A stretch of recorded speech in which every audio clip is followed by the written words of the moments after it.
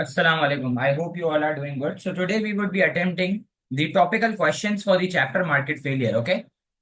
So let's start with the topical questions. Our chapter for today is market failure. We are doing the practice questions for the chapter market failure, right? So starting with question number one. Question number one. Define the term market failure. 2 marks. So sir, आपको याद है market failure क्या होता है? आपको याद है what is market failure? तो I told you guys market failure occurs market failure कब अकर होगा? मार्केट फेलियर तब अकर होगा जब रिसोर्सेज सोसाइटी के मुताबिक एलोकेट नहीं होगी, यानी कि ओवर एलोकेशन हो रही है या अंडर एलोकेशन हो रही है। तो market failure occurs when there is either over allocation और under allocation of resources. Sir market failure क्या होता है बेटा? Market failure occurs due to over allocation of resources and under allocation of resources. Sir, what is market failure? Market failure occurs when there is either over allocation or there is either under allocation of resources. Okay, which results in loss to the society. Question number two. Explain the difference between external cost and external benefit. 4 marks. Explain the difference between external cost and external benefit. Sir, what is external cost and what is external benefit? बेटा external cost और external benefit कौन कौन bear करता है? External cost कौन bear करता है बेटा? आपको याद है? एक्सटर्नल कॉस्ट हो या एक्सटर्नल बेनिफिट हो, दोनों कौन रिसीव करता है? दोनों थर्ड पार्टी रिसीव करते हैं। याद है? एक्सटर्नल कॉस्ट हो, एक्सटर्नल बेनिफिट हो, कौन रिसीव करता है? Third party, right? So you guys remember the example. External cost की एग्जांपल थी cigarettes, air pollution, noise pollution. External benefit की क्या एग्जांपल होगी? एक्सटर्नल बेनिफिट की एग्जांपल होगी employment, tax revenue for the government, right? So you guys remember. So starting with the first two questions. Question number one is define the term market failure. Okay. So let's start with its definition. Question number one. Answer number one. Define market failure. So हम लोगों ने क्या discuss करा? हम लोगों ने discuss करा कि मार्केट फेलियर आता है due to over allocation and under allocation of resources. सही कह रहा हूँ सर? मार्केट फेलियर आता है ड्यू टू ओवर एलोकेशन और अंडर एलोकेशन ऑफ रिसोर्सेज की वजह से। So market failure occurs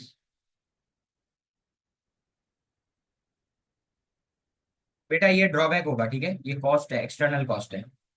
market failure occurs when freely functioning market failure occurs when freely functioning market fails to allocate resources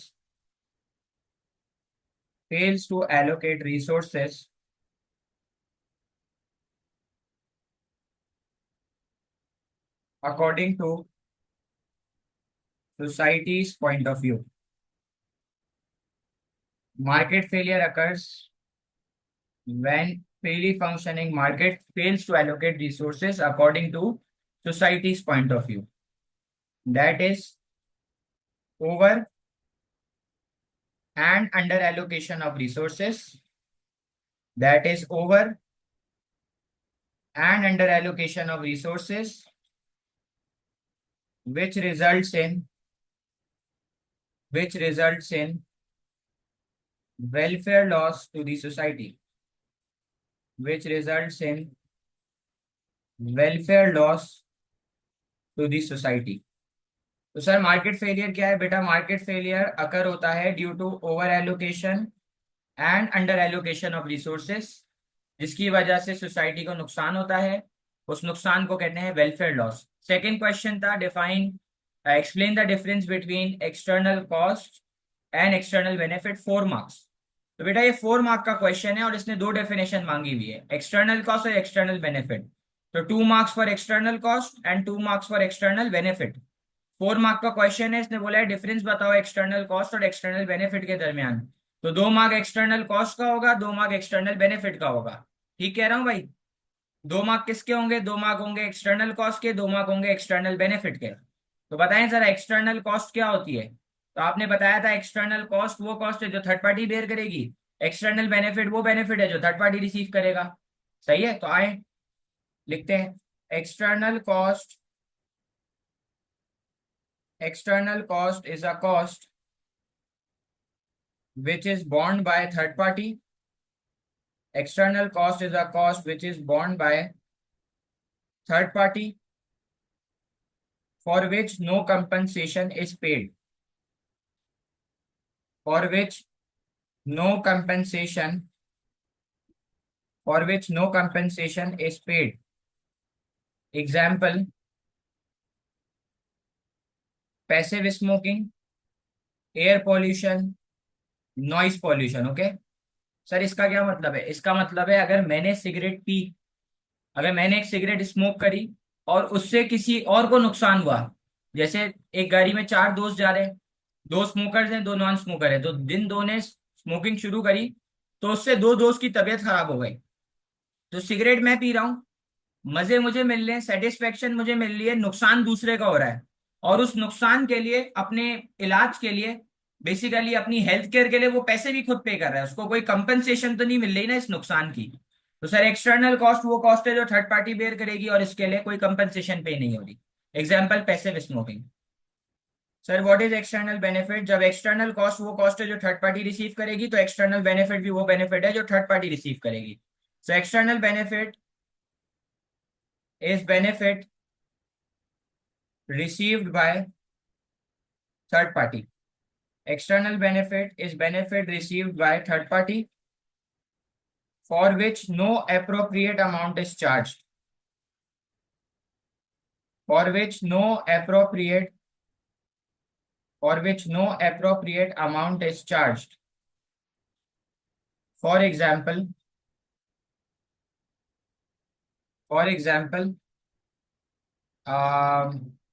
employment. Okay.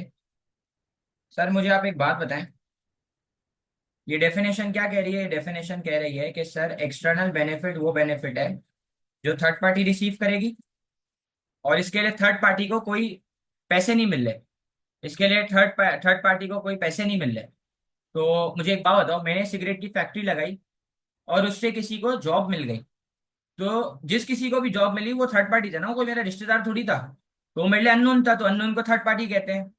तो इसको तो job free में मिली ना, इसने जॉब के लिए कोई पैसे कोई अमाउंट तो चार्ज नहीं हुई ना, मतलब इसकी ना पढ़ाई चाहिए कोई ना कुछ भी, बस मैंने एक सिगरेट की फैक्ट्री लगाई तो मुझे एक अनस्किल्ड वर्कर चाहिए था तो मैंने उसको काम पे रख लिया, तो इसको तो फ्री फोकट में बेनिफिट मिला ना। खर्चा मैंने करा, सिगरेट की फैक्ट्री मैंने लगाई और नौकरी उसको मुफ्ते में मिल गई। तो external benefit is benefit receive by third party for which no appropriate amount is charge. Example employment. Okay, question number 3 define the term Question number 3 is define the term social cost, 4 marks. Question number 4, define the term social benefit, 4 marks. Okay, so let's see what is social cost and what is social benefit. Okay, sir, what is social cost? बेटा social cost is a cost to the whole society. Social cost पूरी society की cost है। Social cost में दो cost आती हैं, private cost और कौन सी कॉस्ट आती है? External cost. तो अभी हमने पढ़ा एक्सटर्नल कॉस्ट वो कॉस्ट है जो थर्ड पार्टी बेयर करेगी, और थर्ड पार्टी के लिए कॉस्ट क्या होगी? एयर पोल्यूशन, नॉइस पोल्यूशन और passive smoking. Sir private cost bear करेगा कंज्यूमर, और कौन बेयर करेगा? प्रोड्यूसर। कंज्यूमर के लिए है प्राइस ऑफ एनी गुड, और प्रोड्यूसर के लिए है उस गुड को बनाने की कॉस्ट, जिसको कहते हैं cost of production, right. Sir social cost पूरी सोसाइटी की कॉस्ट है, तो सोशल बेनिफिट भी पूरी सोसाइटी का बेनिफिट होगा। जब सोशल कॉस्ट में दो कॉस्ट हैं, प्राइवेट कॉस्ट और एक्सटर्नल कॉस्ट, तो सोशल बेनिफिट में भी दो बेनिफिट होंगे। कौन कौन से? प्राइवेट बेनिफिट और external benefit. Private benefit receive करेगा consumer in form of satisfaction, consumer को सिगरेट पी के सुकून मिलेगा, प्रोड्यूसर को सिगरेट सेल करके रेवेन्यू मिलेगा, थर्ड पार्टी को एक्सटर्नल बेनिफिट मिलेगा इन फॉर्म ऑफ एम्प्लॉयमेंट, जैसे कि जॉब्स क्रिएट हो गई। Okay, so I hope social cost and social benefit is clear to everyone. So let's start with what is social cost and what is social benefit. Okay, I hope you are doing the questions with me. Sir social cost क्या होती है? Social cost पूरी society की cost है। So social cost is the total cost to the society, right. social cost is the total cost to the society, and it comprises of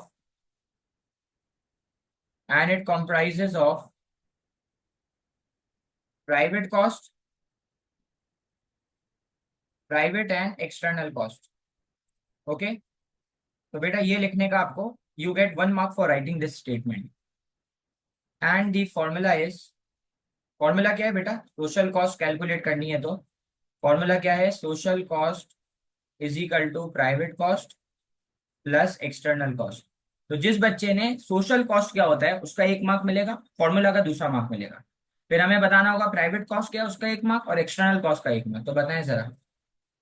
private cost वो cost है जो consumer bear करेगा, और कौन bear करेगा, producer. तो लिखूं private cost is a cost which is borne by consumer, which is borne by consumer in form of price of good, and by producer in form of cost of production, and by producer in form of cost of production। Sir consumer को cost होगी price of any good, and producer को cost होगी उस good को बनाने की cost, जिसको कहते हैं कॉस्ट ऑफ प्रोडक्शन। तो यहां तक हमें 3 mark मिल गए। अब हम क्या बताएंगे, एक्सटर्नल कॉस्ट क्या है। तो यू गाइस रिमेंबर, अभी हमने ऊपर करी थी, external cost is cost borne by third party। Okay, sir, external cost is a cost which is borne by third party for which no compensation is paid। Okay, for which no compensation is paid। Okay, for which no compensation is paid। So this is how we will get a 4 mark, we will get 4 marks in this question। This is how we will get a four marks in this question। Basically ये जो question number 3 है ना, ये एक practice question है paper में। अब 4 mark का क्वेश्चन डेफिनेशन टाइप नहीं आता। डेफिनेशन वाले जितने भी क्वेश्चन हैं वो ए वाले पार्ट में टेस्ट होंगे। ए वाला पार्ट हमेशा 2 marks का आएगा, और वो डिफाइन का ही होगा, हमेशा वो डिफाइन का होगा या आइडेंटिफाई का होगा। ठीक है, तो ए वाले पार्ट में 2 mark की डेफिनेशन आ सकती है। Since we are practising this chapter, इसलिए I have made it a 4 marker question. वैसे पेपर में 4 marker नहीं आ सकता डिफाइन के लिए, पेपर में हमेशा आएगा 4 marker में कि 2 रीजंस बताओ कि मार्केट फेलियर क्यों आता है, 2 रीजंस बता दो, 2 पॉलिसीज बता दो डीमेरिट गुड को सॉल्व करने की, 2 पॉलिसीज बता दो मेरिट गुड को सॉल्व करने की। ठीक है, समझ आया। डेफिनेशन सिर्फ ए पार्ट में टेस्ट हो सकती है, बी पार्ट में हमेशा सवाल आएगा 2 रीजन से एक्सप्लेन करो। ठीक है, नेक्स्ट क्वेश्चन था सोशल बेनिफिट क्या है। Okay sir, what is social benefit. तो आपको याद है, social cost is the whole cost to the society. Social benefit is the total benefit to the whole society। Social benefit is the total benefit to the whole society। Sir, what is social benefit? Social benefit is the total benefit to the whole society, and it includes Rafe, private and external benefit। Rafe, यहाँ तक कितने mark मिले? It includes 2 benefit, private and external benefit। यहाँ तक हमें 1 mark मिल गया, और जब मैंने जैसे ही फॉर्मूला लिखा मुझे दूसरा मार्क मिल गया। ठीक है, तो फॉर्मूला क्या है, the formula is social benefit is equal to private benefit plus external benefit. यहां तक मुझे 2 mark मिल गए। अब मुझे 1 mark मिलेगा प्राइवेट बेनिफिट का, 1 mark मुझे मिलेगा एक्सटर्नल बेनिफिट का। तो अब क्या लिखूंगा, अब लिखूंगा प्राइवेट बेनिफिट। प्राइवेट बेनिफिट बेटा, जो स्टूडेंट्स क्लास में मौजूद हैं, there are 30 participants, remember this thing, I would be checking it. ठीक है, मैं इसको चेक कर रहा हूँ, तो मेक श्योर आपका काम कंप्लीट हो। Private benefit is benefit received by consumer. Consumer को क्या मिलता है, सिगरेट पी के सुकून। सुकून को क्या कहते हैं, satisfaction. So private benefit received by consumer and producer. For consumer it is in terms of satisfaction, and for producer it is in terms of revenue, and for producer it is in terms of revenue. ठीक है, right. Okay, private benefit consumer को मिलेगा satisfaction की form में, producer को मिलेगा revenue की form में। सर, एक्सटर्नल बेनिफिट क्या है, व्हाट इज एक्सटर्नल बेनिफिट। बेटा, external benefit external benefit is benefit received by external benefit is benefit received by third party, जिसके लिए कोई अमाउंट चार्ज नहीं होती, ठीक है, जैसे कि एम्प्लॉयमेंट, फ्री फोकट में उसको नौकरी मिल गई ना मेरी फैक्ट्री लगाने की वजह से, for which no appropriate amount is charged. Okay, so I hope you are clear with what is social cost, social benefit, private cost, private benefit, and what is market failure, right? Everyone with me till question number 4? Okay, question number 5. Question number 5 is define public good and explain why it is not provided by private sector. 4 marks. क्या question है? Define public good and explain why it is not provided by private sector. Sir ये पूछ रहा है public good क्या होता है और इसको प्राइवेट सेक्टर क्यों प्रोवाइड नहीं करेगा. तो आपको याद है प्राइवेट सेक्टर इसको क्यों प्रोवाइड नहीं करेगा? Due to free rider problem. Due to free rider problem, right? Sir why will the private sector not provide this good? Why will the private sector not provide this good? Private sector will not provide this good due to free rider problem. Right, private sector ये good क्यों नहीं provide करेगा? क्योंकि free rider problem है. तो sir public good क्या होता है बेटा? पब्लिक गुड वो गुड है जो पब्लिक सेक्टर प्रोवाइड करेगा, यानी कि गवर्नमेंट प्रोवाइड करेगा, और गवर्नमेंट का ऑब्जेक्टिव होगा सोशल वेलफेयर, और गवर्नमेंट चार्ज करेगा टैक्सेस के थ्रू. ये तो हो गई डेफिनेशन. सर पब्लिक गुड वो गुड है जो पब्लिक सेक्टर यानी कि गवर्नमेंट प्रोवाइड करेगा और टैक्स के थ्रू चार्ज करेगा. एग्जाम्पल हो गई स्ट्रीट लाइट. यहाँ तक 2 नंबर आपको मिल गए. अब ये प्राइवेट सेक्टर क्यों नहीं प्रोवाइड करेगा? उसकी वजह है फ्री राइडर प्रॉब्लम. तो आपको याद है फ्री राइडर प्रॉब्लम क्या थी? कंज्यूमर को पता है कि जब आपको पता है जब एक चीज फ्री में मिल रही है, आपको स्ट्रीट लाइट फ्री में मिल रही है, तो आप पैसे क्यों दोगे? कंज्यूमर्स को पता है जब एक चीज फ्री में मिल रही है तो मैं पैसे क्यों दूं? तो फिर एंटायर रिस्पॉन्सिबिलिटी किसके ऊपर होगी? गवर्नमेंट के ऊपर होगी. और फिर वे ये गुड्स प्रोवाइड करेंगे और टैक्स के थ्रू चार्ज करेंगे. क्या बोला भाई? अगर कंज्यूमर को पता है कि एक चीज फ्री में मिल रही है तो आप पैसे क्यों दोगे? जब आप पैसे नहीं दोगे तो प्राइवेट सेक्टर प्रॉफिट नहीं कमा सकता. तो जब प्राइवेट सेक्टर प्रॉफिट नहीं कमा सकता तो फिर वो ये गुड प्रोवाइड भी नहीं करेगा. तो फिर इस गुड को कौन प्रोवाइड करेगा? गवर्नमेंट प्रोवाइड करेगी. और कैसे चार्ज करेगी? टैक्स के through, right? Is it okay? ठीक है, सो let's start with public good. What is public good? Okay, let's start question number 5. Sir what is public good? इसने पब्लिक गुड के फीचर का कहीं पे भी नहीं बोला, तो हम फीचर के बारे में नहीं लिखेंगे.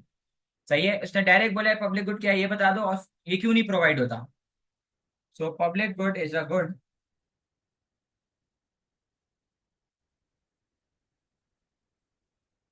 public good is a good which is provided by public sector,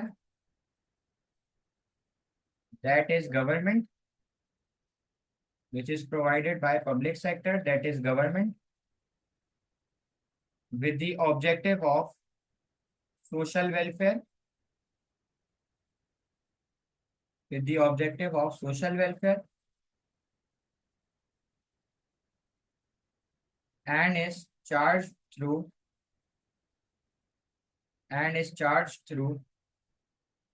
taxes. Example हो गई बेटा स्ट्रीट लाइट्स. ओके, यहाँ तक मुझे 2 मार्क मिल गए. क्या बताने के मिल गए कि पब्लिक गुड क्या है और इसको कौन प्रोवाइड करता है और कैसे चार्ज होता है.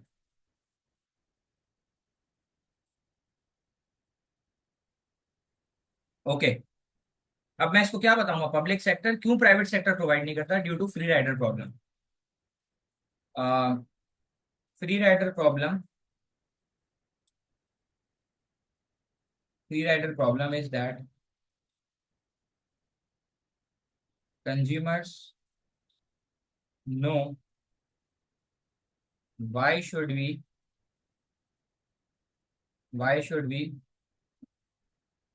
pay for a good when we can enjoy the benefits for free. Why should we pay for a good when we can enjoy the benefits for free? So private sector, so private sector, so private sector will never provide these goods, will never provide these goods as there is no way to earn profit, as there is no way to earn profit। जब consumer पे नहीं करेंगे तो private sector profit कैसे कमाएगा? तो कौन provide करेगा इसको? Government. So the entire responsibility, so the entire responsibility is on government. So the entire responsibility is on government, comma they provide these goods, comma they provide these goods and charge through taxes. Okay. So this is question number 5. Okay, ji. This is question number 5. Is it clear? Okay, question number 6. Okay, ji. Question number 6. Okay, what is question number 6? Let's start. Question number 6 क्या है भाई ये? आइए जरा देखते हैं। Define demerit good and explain the problem associated with it। 4 marks, 4 mark का question है और डिफाइन करना है डीमेरिट गुड को और प्रॉब्लम बतानी है। ठीक है, तो हमें 2 मार्क डेफिनेशन के मिल जाएंगे और 2 मार्क हमें प्रॉब्लम के मिल जाएंगे। और हम अभी हमें इसमें कहीं पे भी इसमें नहीं लिखा हुआ, एक बात याद रखना, अभी हमने शुरू नहीं करे टॉपिकल क्वेश्चंस पूरे माइक्रो के। अभी हम लोग topic by topic topic questions करने। जब माइक्रो हो जाएगा ना, पूरा 50% होगा, तो हम एक साथ क्वेश्चन करेंगे। तो मैं जो बच्चे स्कूल में पढ़ते हैं उनके लिए बता रहा हूँ, जो बच्चे मेरी ये यूट्यूब पे वीडियो देख रहे होंगे उनके लिए मैं बता रहा हूँ कि 4 मार्क के क्वेश्चन के अंदर डायग्राम कभी भी नहीं आती। ये मेरे अपने बनाए हुए सवाल हैं, तो हम अभी प्रैक्टिस कर रहे हैं, तो हम डायग्राम भी बनाएंगे, वैसे नहीं बनानी होती, 4 में नहीं बनानी होती डायग्राम। ठीक है, okay. So question is define demerit good and explain the problem associated with it. Demerit good क्या है और प्रॉब्लम बताओ। तो सर डीमेरिट गुड वो गुड है जो सोसाइटी के लिए हार्मफुल होता है और वो प्रोड्यूस करता है नेगेटिव एक्सटर्नैलिटी। मतलब डीमेरिट गुड से हमेशा नुकसान ही प्रोड्यूस होगा। सर डीमेरिट गुड एक ऐसा गुड है जो कि सोसाइटी के लिए हार्मफुल है, क्योंकि वो एक्सटर्नल कॉस्ट प्रोड्यूस करेगा, वो नेगेटिव एक्सटर्नैलिटी प्रोड्यूस करेगा, जैसे कि सिगरेट, अल्कोहल। अब डीमेरिट गुड में ना 3 मसले हैं। डीमेरिट गुड में 3 मसले हैं। पहला मसला है कि ओवर प्रोड्यूस्ड है। ओवर प्रोड्यूस का मतलब क्या होगा बेटा? ओवर प्रोड्यूस का क्या मतलब है? सप्लाई या डिमांड, क्या चीज ज्यादा है? ओवर प्रोड्यूस का क्या मतलब होगा? इसकी सप्लाई ज्यादा है और ओवर प्रोड्यूस होने की वजह से सप्लाई ज्यादा होगी तो सरप्लस होगा, सरप्लस होगा तो प्राइस कम होगी, तभी ये अंडर चार्ज है। सही कह रहा हूँ? और अंडर चार्ज होगा, सस्ता होगा, तभी इसको लोग ज्यादा कंज्यूम कर रहे होंगे। तो डीमेरिट गुड में 3 मसले हैं। क्या मसले हैं? कि एक तो ओवर प्रोड्यूस है, दूसरा अंडर चार्ज है, तीसरा ओवर कंज्यूम है। ठीक है ना? सही है। और डीमेरिट गुड क्या होता है बेटा? डीमेरिट गुड एक ऐसा गुड है जो कि सोसाइटी के लिए हार्मफुल होता है। मैं इधर लिख देता हूँ, demerit good is a good which is harmful for the society. Okay, so let's start with question number 6। आ जाए, क्वेश्चन नंबर 6 आपकी खिदमत में पेश है। Question number 6।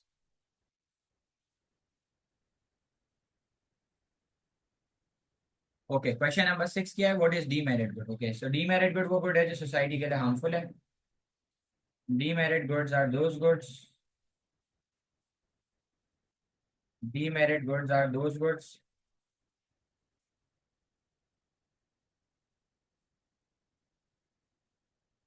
demerit goods are those goods which are harmful for the society as it creates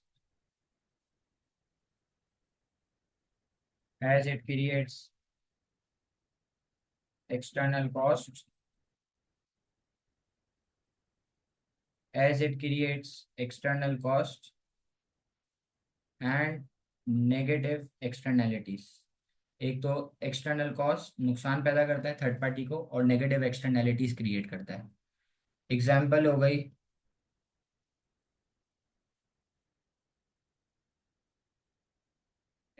हो गई, cigarettes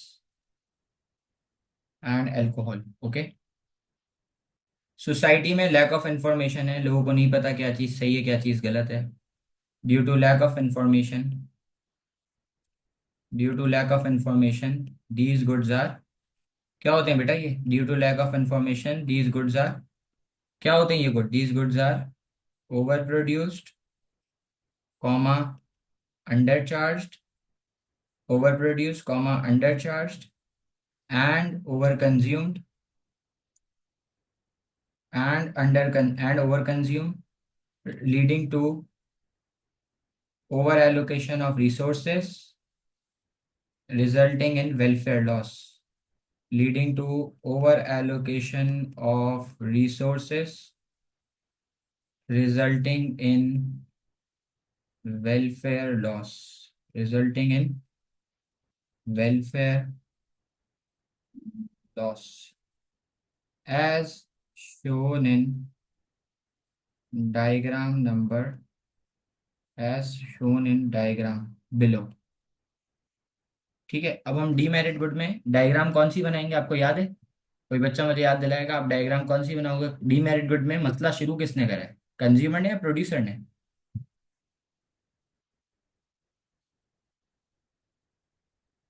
producer. तो हम बनाएंगे ओवर प्रोड्यूस की डायग्राम। ओवर प्रोड्यूस मतलब सप्लाई के बढ़ने की। तो अगर सप्लाई बढ़ेगी किधर शिफ्ट मारेगा सप्लाई कर्व? राइटवर्ड। ओके, सो लेबलिंग कर दें सबसे पहले। ऊपर आ गया प्राइस और नीचे आ गया क्वांटिटी। अब कोई बच्चा मुझे जल्दी से बता दे डिमांड कर्व कौन सा होता है, सप्लाई कर्व कौन सा होता है? इन तीन बच्चों के अलावा बताएं। डिमांड कर्व होता है डाउनवर्ड और सप्लाई कर्व होता है अपवर्ड, अगर आपको याद हो तो। इतनी बार बता दिया डिमांड कर्व डाउनवर्ड है क्योंकि नेगेटिव रिलेशन है, लॉ ऑफ डिमांड ने बताया है। सप्लाई कर्व अपवर्ड है क्योंकि लॉ ऑफ सप्लाई ने बताया है, पॉजिटिव रिलेशन है। Good Aqsa demand curve downward है, ठीक है। Ehtesham good supply curve upward है, और जहाँ पे दोनों इक्वल है वो इक्विलिब्रियम है। और वहां से आ जाएगी प्राइस और क्वांटिटी। देखें जहाँ पे डिमांड सप्लाई इक्वल है उसको कहते हैं इक्विलिब्रियम। ये आपका डिमांड कर्व हो गया, ये आपका सप्लाई कर्व हो गया, ये हो गया इक्विलिब्रियम, ये हो गई इक्विलिब्रियम प्राइस, ये हो गई इक्विलिब्रियम क्वांटिटी। अब बताएं जरा, सप्लाई बढ़ रही है तो सप्लाई कर्व किधर शिफ्ट मारेगा? राइटवर्ड्स। ठीक है, सप्लाई बढ़ रही है तो सप्लाई कर्व शिफ्ट मारेगा एस से S1 के ऊपर राइटवर्ड्स। सर ये हो गया न्यू इक्विलिब्रियम, तो यहाँ से लेफ्ट पर आ गई न्यू प्राइस और नीचे आ गई न्यू क्वांटिटी। देखें सप्लाई बढ़ रही है तो सप्लाई कर्व ने हमारा लेफ्ट पर शिफ्ट, तो ये न्यू प्राइस आ गई, ये न्यू क्वांटिटी आ गई, और ये हो गया न्यू इक्विलिब्रियम। देखें अब सप्लाई बढ़ रही है, सप्लाई कर्व ने लेफ्ट पर शिफ्ट मारा, जिसकी वजह से ये आ गई न्यू प्राइस और ये आ गई new quantity. I am just asking it, ऐसे ही पूछ रहा हूँ। अभी इसका कोई लेना देना नहीं है इस चीज से, लेकिन just for MCQs। Supply curve में शिफ्ट हो रहा है, डिमांड कर्व में मूवमेंट हो रही है, राइट? ओके, ठीक है। Answer number 6 is done. Let's go to question number 7। Okay,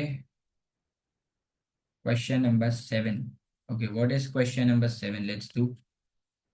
okay जी, question number 7। Okay, define merit good and explain the problem associated with it, 4 marks. Sir merit good क्या है और इसकी प्रॉब्लम बताएं। तो if you guys remember, आप लोगों को शायद पता हो कि मेरिट गुड एक ऐसा गुड है जो कि सोसाइटी के लिए बेनिफिशियल है, ठीक है। तो Rafe, merit good is a good which is beneficial for society. Merit good एक ऐसा गुड है जो सोसाइटी के लिए फायदेमंद है, उससे दूसरों को ज़्यादा फायदा होता है। दूसरे कौन? Third party. मेरिट गुड में दो मसले हैं। एक तो मेरिट गुड अंडर कंज्यूम है, हम लोग पढ़ाई नहीं करना चाहते, हम लोग हेल्थ केयर नहीं यूज करना चाहते। हम लोगों ने, याद है वो बिल गेट्स को बोला था कि हमारे अंदर चिप डाल रहा है। मतलब बिल गेट्स इतना फारिग है कि अपने अंदर बैठ के चिप डालेगा वहां से, वैक्सीन के फॉर्म में, पानी की फॉर्म में। मतलब अपन ऐसे बेवकूफ लोग हैं कि अपन समझते हैं पानी से चिप घुस जाएगी। अबे पानी तो दिखता है, सही है। तो मेरिट गुड अंडर कंज्यूम्ड है और अंडर प्रोड्यूस्ड है, तो इसमें मसला ये है कि इसकी डिमांड कम है, इसकी वजह से इसकी सप्लाई कम है, ठीक है, सही। तो मेरिट गुड में अगर मुझे डायग्राम बनानी है, मैं कौन सी बनाऊंगा? मेरिट गुड में कहानी शुरू किसने करी है guys? If I want to make the diagram for merit good, what diagram will I make? कौन सी बनाएंगे?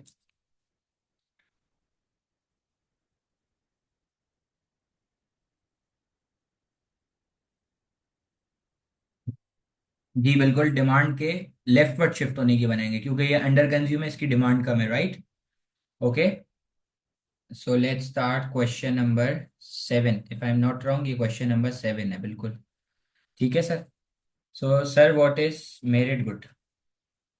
तो ज़रा मुझे याद दिलाएंगे please, what is merit good? Sir, merit good एक ऐसा गुड है जो कि सोसाइटी के लिए बेनिफिशियल है, तो मैं इधर लिखूं, merit goods are those goods which are beneficial for the society. Sir, what are merit goods? Merit goods are those goods which are beneficial for the society. Merit goods वो goods हैं जो society के लिए beneficial हैं। ठीक है। Which are beneficial for the society as it creates, क्या create करता है बेटा merit good? As it creates external benefit.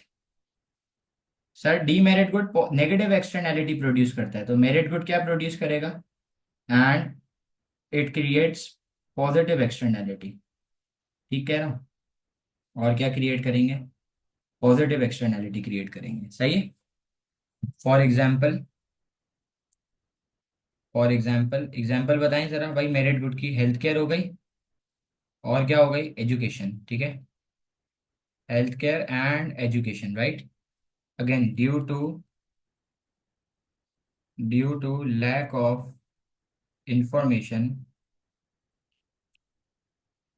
Due to lack of information की वजह से, due to lack of information, these goods are these goods are under consumed, comma, under produced. These goods are under consumed and under produced, leading to under allocation of resources, leading to under allocation of resources, resulting in welfare loss, resulting in welfare loss to the society। ठीक है, society को नुकसान होगा, as shown in diagram below। Okay. तो अब मैं नीचे diagram कौन सी बनाऊंगा? अब मैं डायग्राम बनाऊंगा। ठीक है, क्या डायग्राम बनाऊंगा? देखिएगा इधर। सर, ऊपर आ गया प्राइस और नीचे आ गया क्वांटिटी ट्रेडेड। ओके। सर, ऊपर आ गया प्राइस, नीचे आ गया क्वांटिटी ट्रेडेड। ठीक कह रहा हूं? सर, ऊपर आ गया प्राइस, नीचे आ गया quantity traded. Sir, demand curve downward होता है, सप्लाई कर्व अपवर्ड होता है। जहाँ पे दोनों इक्वल है वो इक्विलिब्रियम है, वहां से आ गई है प्राइस क्वांटिटी। ठीक कह रहा हूँ? तो सर, ये डिमांड कर्व डाउनवर्ड हो गया, ये सप्लाई कर्व अपवर्ड हो गया, जहाँ पे दोनों इक्वल है वो इक्विलिब्रियम है। ये आ गई प्राइस और नीचे आ गई क्वांटिटी। अब डी मेरिट गुड में मसला यही है, अंडर कंज्यूम्ड है, इसकी डिमांड कम है, तो डिमांड कर्व ने किधर शिफ्ट करा है? डिमांड कर्व ने किधर शिफ्ट करा है? लेफ्टवर्ड ना। डिमांड कर्व ने डी से D1 के ऊपर लेफ्टवर्ड शिफ्ट मारा। बताएं, जहां पर न्यू डिमांड और ओल्ड सप्लाई मीट होगा वो होगा न्यू इक्विलिब्रियम, और यहाँ से बेटा लेफ्ट पर आ जाएगी न्यू प्राइस और नीचे आ जाएगी न्यू क्वांटिटी। तो डिमांड कम हुई, इसकी वजह से प्राइस भी कम हो गई। ठीक है, और क्वांटिटी भी कम हो गई। और सर, ये इक्विलिब्रियम भी चेंज होके क्या हो गया? ई से E1, राइट। ओके, सही। ठीक है, हम लोगों ने कितने क्वेश्चन कर लिए? Question number 1, question number 2, question number 3, question number 4, question number 5, question number 6, question number 7। Okay, rest we will continue in our next class. Okay, ठीक है, डन। नेक्स्ट इंशाल्लाह नेक्स्ट क्लास में ये बाकी क्वेश्चंस कंटिन्यू होंगे। ठीक है जी, थैंक यू।